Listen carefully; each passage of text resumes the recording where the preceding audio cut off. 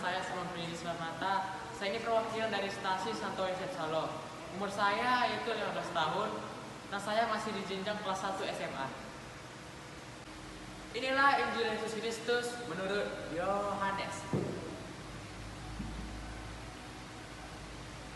Pada keesokan harinya, Yohanes berdiri di situ pula dengan orang muridnya. Dan ketika ia melihat Yesus, ia berkata, "Lihatlah anak domba Allah." Kedua murid itu mendengar apa yang dikatakannya itu. Lalu mereka pergi mengikut Yesus. Tetapi Yesus menoleh ke belakang. Dia lalu berkata kepada mereka, "Apakah yang hendak kamu cari?" Kata mereka kepadanya, "Rabi, di manakah engkau tinggal?"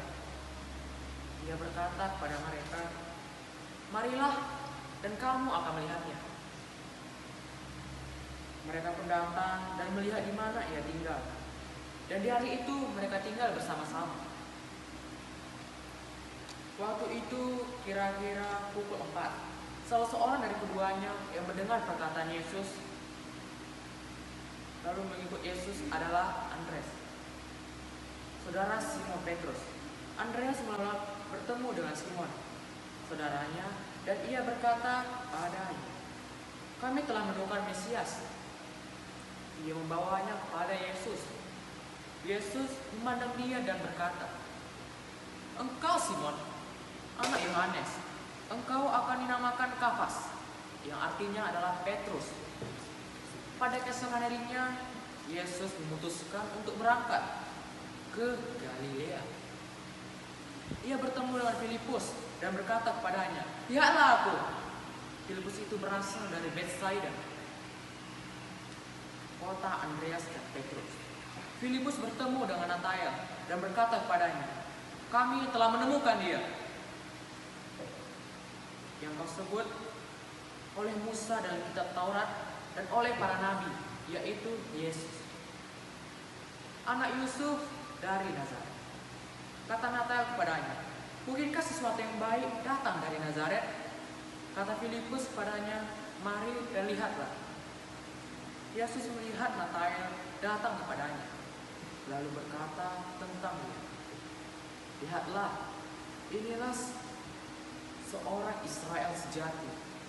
Tidak ada kepalsuan di dalamnya." Kata Natanael kepadanya, "Bagaimana engkau mengenal aku?" Jawab Yesus Kristus. Yesus menjawab,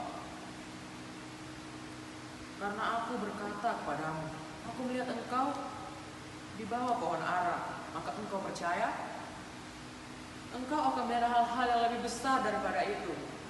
Lalu kata Yesus kepadanya, "Aku berkata kepadamu, sesungguhnya engkau akan melihat langit terbuka dan malaikat-malaikat Allah akan turun kepadamu atas anak manusia." Demikianlah sabda Tuhan. Syukur kepada Allah. Pagi semua. Nah, seperti yang kalian tadi dengan bacaan ini tadi itu tentang Yohanes. Menurut kalian ketika mendengar kata Yohanes, apa yang pertama yang terbesit?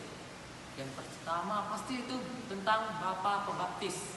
Nah, itu juga termasuk dalam murid Yesus Kristus. Seperti yang kalian tahu, Yohanes pernah berkata, "Dialah sang anak domba Allah."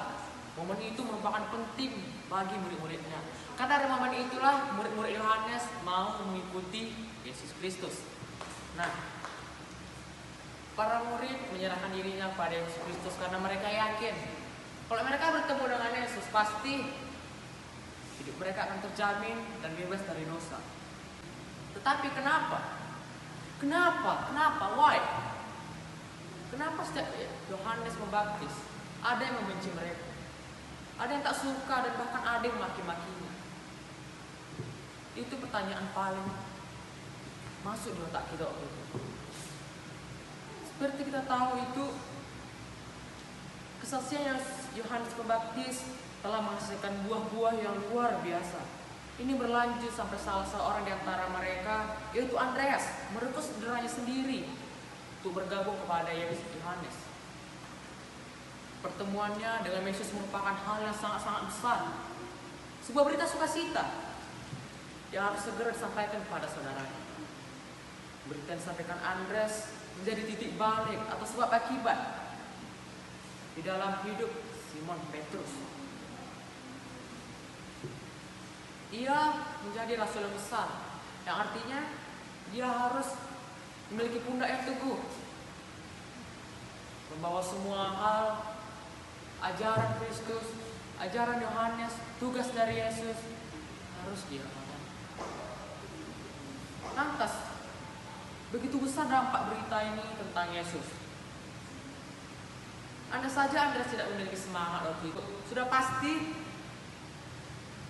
dia tak akan menjadi orang Kristen yang digagumi oleh banyak orang. Apa jadinya dengan kehidupan Simon Petrus? Yohanes mengenal Yesus kepada murid-muridnya. Para muridnya pun langsung mengikuti Yesus karena mereka percaya pada Yohanes sang guru mereka.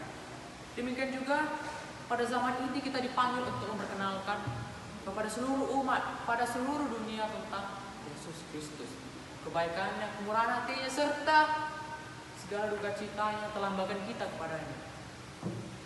Saudara-saudara yang terkasih, ingatlah,